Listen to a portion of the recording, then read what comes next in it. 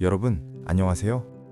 나를 죽이지 못하는 고통은 나를 더 강하게 만든다. 이 말을 들어보신 적 있으신가요? 인생에서 가장 힘든 순간, 포기하고 싶은 그 순간에 우리에게 힘을 주는 이 문장. 바로 철학자 프리드리히 니체가 남긴 명언입니다. 하지만 여러분, 이 말을 남긴 니체가 어떤 삶을 살았는지 아십니까? 그는 평생을 극심한 두통과 위장병, 시력 장애로 고통받았습니다. 44살에 정신이 무너져 10년을 어머니와 여동생의 간호를 받으며 살다가 56세에 생을 마감했습니다. 그런 그가 고통이 나를 더 강하게 만든다고 말했을 때 이것은 단순한 위로의 말이 아니었습니다. 이것은 지옥 같은 고통 속에서도 삶을 긍정하고 자신의 운명을 사랑했던 한 인간의 실제 경험에서 나온 철학이었습니다. 오늘 우리는 니체의 삶과 철학을 통해 어떻게 우리가 진정으로 자유로운 삶을 살 수 있는지, 어떻게 고통을 넘어 더 강한 자신으로 거듭날 수 있는지 함께 알아보겠습니다. 니체는 누구인가? 1844년 프로이센의 작은 마을에서 목사의 아들로 태어난 프리드리히 니체. 그는 어릴 때부터 천재적인 재능을 보였습니다. 24살의 나이에 스미스 바젤 대학의 고전문학학 교수가 되었죠. 당시로서는 전례 없는 일이었습니다. 하지만 그의 인생은 순탄하지 않았습니다. 청년 시절부터 시작된 극심한 두통과 구토, 시력 저하로 인해 35살에 교수직을 사임해야 했습니다. 그 후 10년 동안 니체는 유럽의 여러 도시를 떠돌며 홀로 사색하고 글을 쓰는 고독한 삶을 살았습니다. 친구도 제자도 가족도 곁에 없었습니다. 그가 쓴 책들은 거의 팔리지 않았고 학계에서도 외면받았습니다. 1889년 이탈리아 토리노의 거리에서 마부에게 채찍질 당하는 말을 보고 말에 목을 껴안고 울다가 정신이 무너졌습니다. 그리고 10년 후 세상을 떠났습니다. 여러분, 이것이 신은 죽었다고 선언하고 초인을 이야기한 철학자의 실제 인생입니다. 고독하고 아프고 가난했던 한 인간의 삶이었습니다. 하지만 바로 이 고통과 고독의 깊이가 니체의 철학을 더욱 깊게 만들었습니다. 그는 단순히 책상에 앉아 이론을 만든 철학자가 아니었습니다. 그는 자신의 온 몸으로 삶의 의미를 탐구한 사람이었습니다. 신은 죽었다. 무엇을 의미하는가? 신은 죽었다. 그리고 우리가 그를 죽였다. 니체의 가장 유명한 선언입니다. 하지만 많은 사람들이 이 말을 오해합니다. 니체가 무신론자여서 종교를 부정하려고 이런 말을 한 것일까요? 아닙니다. 니체가 말하는 신의 죽음은 절대적 진리, 절대적 가치의 몰락을 의미합니다. 수천 년 동안 서양 사회는 기독교를 중심으로 한 도덕과 가치관으로 살아왔습니다. 무엇이 선이고 무엇이 악인지, 어떻게 살아야 하는지 모든 것이 정해져 있었죠. 하지만 과학이 발전하고 이성이 깨어나면서 사람들은 더 이상 맹목적으로 종교의 가르침을 따르지 않게 되었습니다. 신이 주신 것으로 믿었던 절대적 기준이 사라진 것입니다. 이것이 바로 신의 죽음입니다. 그렇다면 이제 우리는 어떻게 살아야 할까요? 절대적 기준이 사라진 세상에서 우리는 무엇을 믿고 무엇을 따라야 할까요? 많은 사람들은 이 상황에서 허무주의에 빠집니다. 아무것도 의미가 없어, 아무것도 중요하지 않아, 이렇게 생각하며 삶의 의욕을 잃어버리죠. 하지만 니체는 정반대로 생각했습니다. 그는 신의 죽음을 슬퍼하지 않았습니다. 오히려 이것을 새로운 자유의 시작으로 본 것입니다. 생각해보세요. 정해진 답이 없다는 것은 무엇을 의미할까요? 그것은 우리가 스스로 답을 만들 수 있다는 뜻입니다. 우리가 우리 삶의 의미를 직접 창조할 수 있다는 말입니다. 니체는 말합니다. 신은 죽었다. 이제 우리가 신이 되어야 한다. 이것은 거만한 말이 아닙니다. 이것은 우리 각자가 우리 삶의 창조자가 되어야 한다는 뜻입니다. 더 이상 누군가가 정해준 기준에 따라 살 것이 아니라 스스로 가치를 만들고 스스로 삶을 선택하라는 것입니다. 노예 도덕과 주인 도덕.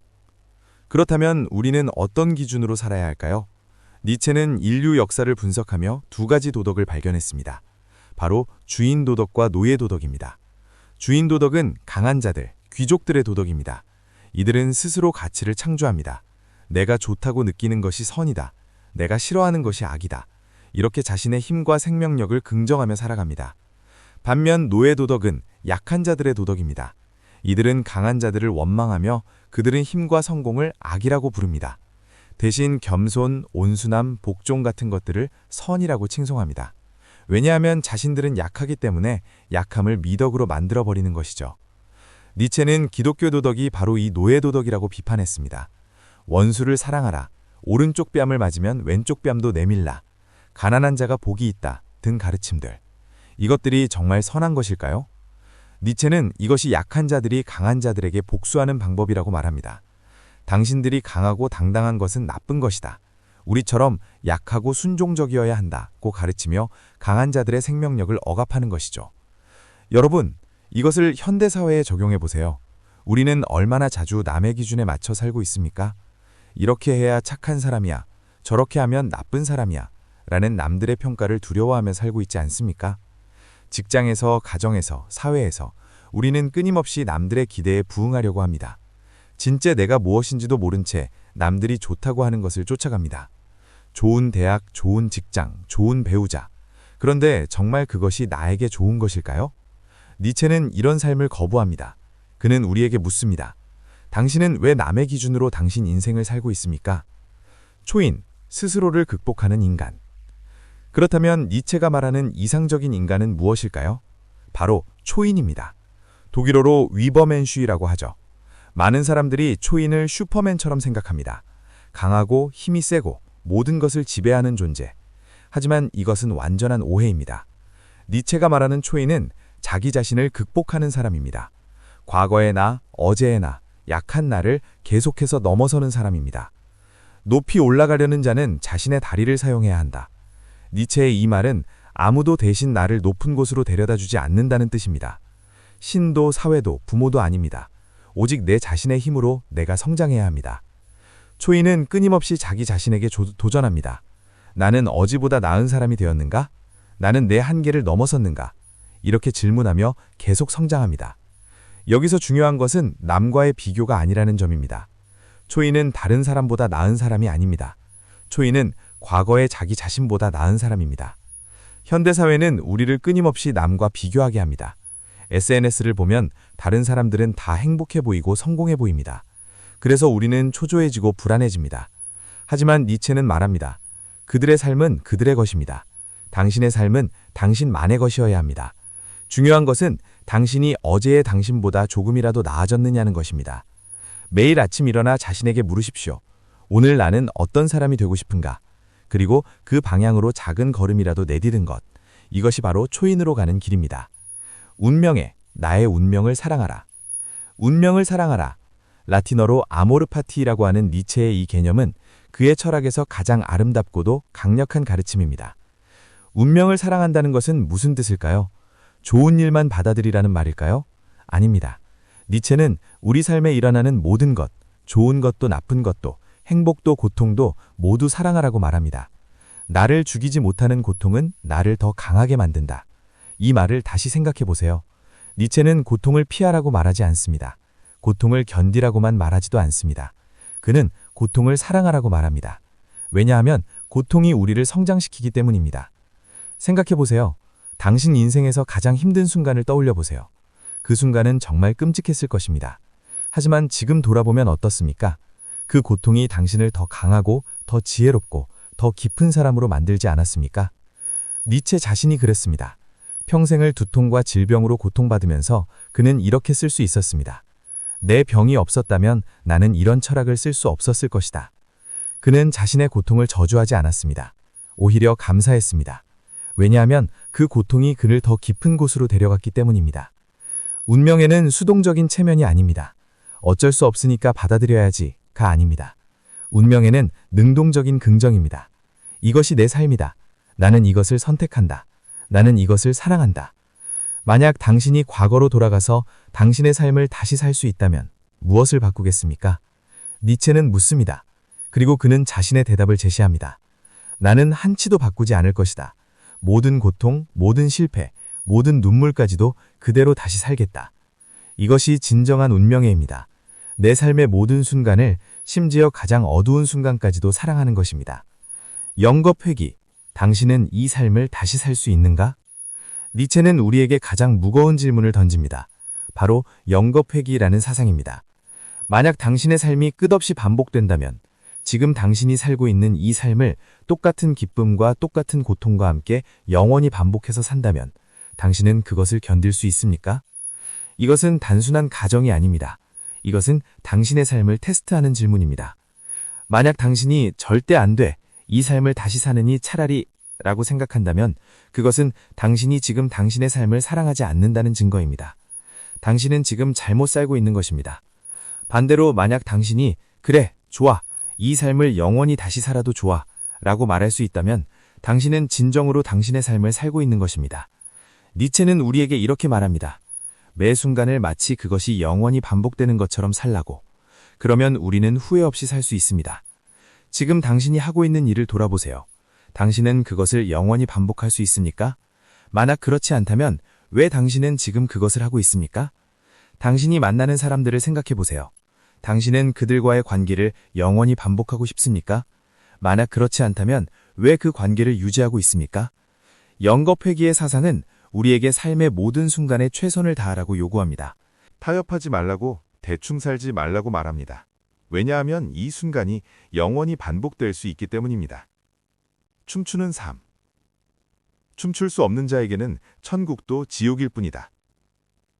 니체는 무거운 철학자가 아닙니다. 오히려 그는 가장 가벼운 철학자입니다. 그는 삶을 춤으로 비유했습니다. 춤이란 무엇입니까? 춤은 목적이 없습니다. A 지점에서 B 지점으로 가기 위해 춤추는 사람은 없습니다. 춤 그 자체가 목적입니다. 춤을 추는 그 순간이 즐겁기 때문에 춤을 춥니다. 니체는 우리의 삶도 이래야 한다고 말합니다. 우리는 항상 미래를 위해 현재를 희생합니다. 나중에 행복해질 거야, 나중에 성공하면 즐거울 거야 라고 말하며 지금을 참고 견딥니다. 하지만 생각해보세요. 그 나중은 정말 올까요? 그리고 설령 온다고 해도 그때 당신은 행복할까요? 아마도 그때도 당신은 또 다른 나중을 기다리고 있을 것입니다. 니체는 말합니다. 지금 춤춰라. 지금 이 순간을 즐겨라. 삶은 어딘가로 가는 과정이 아니라 그 자체가 목적이다. 많은 사람들이 인생을 산 등반에 비유합니다. 정상에 오르는 것이 목표고 그 과정은 힘들고 고통스러운 것이라고 생각하죠. 하지만 니체에게 인생은 산 등반이 아니라 춤입니다. 중요한 것은 어디에 도착하느냐가 아니라 어떻게 움직이느냐입니다. 여러분은 지금 춤을 추고 있습니까? 아니면 목표 지점까지 고통스럽게 행진하고 있습니까? 가장 깊은 밤에 가장 밝은 별이 빛난다. 니체의 이 말은 우리가 가장 어두운 순간에도 빛을 발할 수 있다는 것을 의미합니다. 아니, 오히려 어두울수록 우리의 빛은 더 밝게 빛납니다. 시면과 마주하기. 네가 시면을 들여다볼 때 시면 또한 너를 들여다본다. 이것은 니체의 가장 유명한 경고 중 하나입니다. 무엇을 의미할까요? 우리가 어둠, 악, 고통을 탐구할 때 그것은 우리에게도 영향을 미칩니다. 우리가 세상의 부조리를 보고 인간의 악함을 보고 삶의 고통을 볼 때 우리 자신도 그 어둠에 물들 수 있습니다. 하지만 니체는 이것을 피하라고 말하지 않습니다. 오히려 용기 있게 시면을 들여다보라고 말합니다. 왜냐하면 진실은 시면 속에 있기 때문입니다. 많은 사람들이 불편한 진실을 외면합니다. 모든 것이 잘 될 거야, 세상은 공정해 라고 자기 위안을 하며 살아갑니다. 하지만 니체는 이런 거짓 위안을 거부합니다. 세상은 불공정합니다. 좋은 사람이 고통받고 나쁜 사람이 성공하기도 합니다. 삶에는 의미가 없을 수도 있습니다. 우리는 언젠가 죽고 모든 것이 사라질 것입니다. 이것이 시면입니다. 이 어두운 진실을 직면하는 것, 그것이 용기입니다. 하지만 여기서 끝나지 않습니다. 니체는 이 시면을 들여다본 후 그럼에도 불구하고 삶을 긍정하라고 말합니다. 의미가 없다면 우리가 의미를 만들면 됩니다. 공정하지 않다면 우리가 정의롭게 살면 됩니다. 시면을 들여다보는 것은 절망하기 위함이 아닙니다. 진실을 알기 위함입니다. 그리고 그 진실 위에서 진정한 삶을 세우기 위함입니다. 히메의 의지. 니체 철학의 핵심에는 히메의 의지라는 개념이 있습니다. 많은 사람들이 이것을 권력욕으로 오해하지만 그렇지 않습니다. 히메의 의지란 성장하려는 의지, 더 나은 자신이 되려는 의지, 자기 자신을 극복하려는 의지입니다. 모든 생명체는 이 히메의 의지를 가지고 있습니다. 나무는 하늘을 향해 자랍니다. 꽃은 더 아름답게 피어나려 합니다. 동물은 더 강해지려 합니다. 이 모든 것이 히메의 의지입니다. 인간도 마찬가지입니다. 우리는 본질적으로 성장하고 싶어 합니다. 더 나은 사람이 되고 싶어 합니다. 이것이 우리의 가장 근본적인 욕구입니다. 하지만 현대사회는 이 히메의 의지를 억압합니다. 튀지 마라, 분수를 알아라, 그냥 평범하게 살아라 라고 말합니다. 우리는 자신의 성장 욕구를 부끄럽게 하게 됩니다. 니체는 이것을 거부합니다.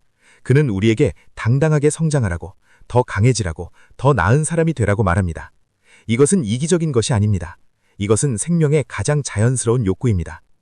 여러분, 당신 안에 있는 성장의 욕구를 느껴보세요. 당신은 더 나은 사람이 되고 싶지 않습니까? 어제보다 오늘, 오늘보다 내일 더 발전하고 싶지 않습니까? 이것은 부끄러운 욕심이 아닙니다. 이것은 아름다운 의지입니다. 이 의지를 따르세요. 이것이 바로 당신을 살아있게 만드는 힘입니다. 현대인을 위한 니체의 지혜. 그렇다면 니체의 철학을 우리의 일상에 어떻게 적용할 수 있을까요? 첫째, 남의 기준으로 살지 마세요. 세상은 당신에게 이렇게 살아야 한다고 끊임없이 말합니다. 하지만 당신의 삶은 당신의 것입니다. 당신이 진정으로 원하는 것이 무엇인지 물어보세요. 회사에서 승진하는 것이 정말 당신이 원하는 것입니까? 아니면 사회가 정의한 성공을 따라가는 것입니까? 결혼해서 아이를 낳는 것이 정말 당신이 원하는 것입니까? 아니면 주변 사람들의 기대를 충족시키려는 것입니까? 니체는 말합니다. 자신에게 정직하세요. 그리고 자신이 진정으로 원하는 삶을 선택하세요. 둘째, 고통을 피하지 마세요. 많은 사람들이 고통을 피하기 위해 안전한 선택만 합니다. 도전하지 않고 모험하지 않고 편안한 곳에만 머물러 있습니다. 하지만 성장은 편안한 곳에서 일어나지 않습니다. 성장은 우리가 한계를 넘어설 때 일어납니다. 그리고 한계를 넘어서는 것은 고통스럽습니다. 새로운 일을 시작하는 것, 새로운 사람을 만나는 것, 새로운 도전을 받아들이는 것, 이 모든 것이 불편하고 두렵습니다. 하지만 바로 이 불편함 속에서 우리는 성장합니다. 나를 죽이지 못하는 고통은 나를 더 강하게 만든다. 이 말을 기억하세요. 그리고 고통을 두려워하지 마세요. 셋째, 매일 자신을 극복하세요. 아침에 일어날 때 자신에게 물어보세요. 오늘 나는 어제의 나보다 조금이라도 나아질 것인가? 그것은 큰 것이 되어야 할 필요가 없습니다. 책 한 페이지를 더 읽는 것, 운동을 10분 더 하는 것, 미루던 일을 시작하는 것, 작은 것이라도 좋습니다. 중요한 것은 방향입니다. 당신이 성장하는 방향으로 움직이고 있는가? 아니면 그냥 타성에 젖어 살고 있는가? 넷째, 현재를 사랑하세요. 미래를 위해 현재를 희생하지 마세요. 나중에 행복해질 거야 라고 말하며 지금을 참지 마세요. 지금 이 순간을 즐기세요. 당신이 하는 일을, 당신이 만나는 사람들을, 당신이 경험하는 모든 것을 온전히 느끼세요. 삶은 춤입니다. 춤을 추세요. 다섯째, 운명을 사랑하세요. 당신에게 일어나는 모든 일을, 좋은 일도 나쁜 일도 받아들이세요. 그것이 당신의 삶입니다. 그것이 당신을 만듭니다. 실패했습니까? 좋습니다. 그것이 당신을 더 강하게 만들 것입니다. 거절당했습니까? 좋습니다. 그것이 당신을 더 겸손하게 만들 것입니다. 고통받고 있습니까? 좋습니다. 그것이 당신을 더 깊게 만들 것입니다. 운명을 사랑하라. 이것이 니체가 우리에게 주는 가장 위대한 가르침입니다. 니체의 유산. 니체는 1900년에 세상을 떠났습니다. 그가 살아있을 때 그의 철학은 거의 주목받지 못했습니다.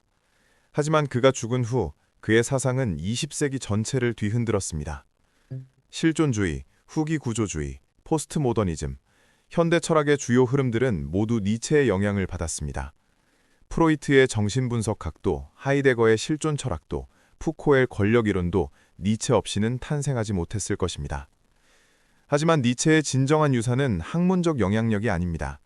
그의 진정한 유산은 우리 개개인의 삶에 있습니다. 니체는 물었습니다. 당신은 정말로 당신의 삶을 살고 있습니까?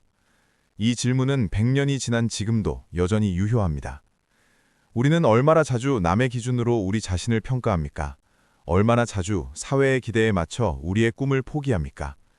얼마나 자주 안전한 선택을 하며 우리의 가능성을 제한합니까? 니체는 우리에게 용기를 줍니다. 우리 자신이 되는 용기, 우리만의 길을 가는 용기, 고통을 받아들이는 용기, 그리고 우리 운명을 사랑하는 용기를. 마침요. 여러분, 오늘 우리는 니체의 삶과 철학을 함께 살펴보았습니다. 니체는 말했습니다. 지식은 권력이 아니라 행복이다. 여러분이 오늘 배운 니체의 철학이 단순한 지식으로만 남지 않기를 바랍니다. 이것이 여러분의 삶에 실제로 적용되어 여러분을 더 자유롭고 더 행복하게 만들기를 바랍니다. 니체의 가르침을 한 문장으로 요약한다면 이것입니다. 당신 자신이 되세요. 그것이 전부입니다. 남의 기준이 아닌 자신의 기준으로, 남의 꿈이 아닌 자신의 꿈을 위해, 남의 인생이 아닌 자신의 인생을 사세요.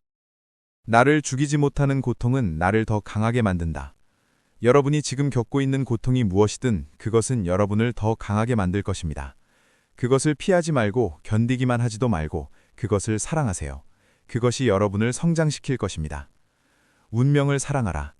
여러분의 삶, 여러분의 과거, 여러분의 현재, 여러분의 미래를 사랑하세요. 그것이 모두 여러분을 만듭니다. 그것이 모두 아름답습니다. 춤출 수 없는 자에게는 천국도 지옥일 뿐이다. 오늘부터 춤추세요. 삶을 즐기세요. 매 순간을 온전히 느끼며 사세요. 니체는 고독하고 고통스러운 삶을 살았습니다. 하지만 그는 자신의 삶을 사랑했습니다. 만약 다시 태어난다면 그는 똑같은 삶을 선택했을 것입니다. 여러분도 그런 삶을 사실 수 있기를 바랍니다. 후회 없는 삶, 자신이 선택한 삶, 사랑하는 삶을. 높이 올라가려는 자는 자신의 다리를 사용해야 한다. 아무도 여러분 대신에 여러분의 삶을 살아주지 않습니다. 여러분 스스로 선택하고 행동하고 책임져야 합니다. 그것이 자유입니다. 그것이 삶입니다. 오늘 이 시간이 여러분에게 작은 변화의 씨앗이 되기를 바랍니다. 니체의 철학이 여러분의 마음속에 뿌리내려 여러분을 더 자유롭고 더 강하고 더 행복한 사람으로 만들기를 바랍니다. 가장 깊은 밤에 가장 밝은 별이 빛난다. 여러분이 지금 어둠 속에 있다면 그것은 여러분이 곧 가장 밝게 빛날 준비가 되었다는 뜻입니다. 니체는 우리에게 마지막으로 이렇게 말합니다. 별이 되려면 혼론을 품어야 한다. 여러분 안에 혼론을 두려워하지 마세요. 그 혼론이 여러분을 별로 만들 것입니다. 감사합니다. 여러분의 삶이 아름다운 춤이 되기를 바랍니다. 구독과 좋아요로 영원한 지혜를 함께 나누세요.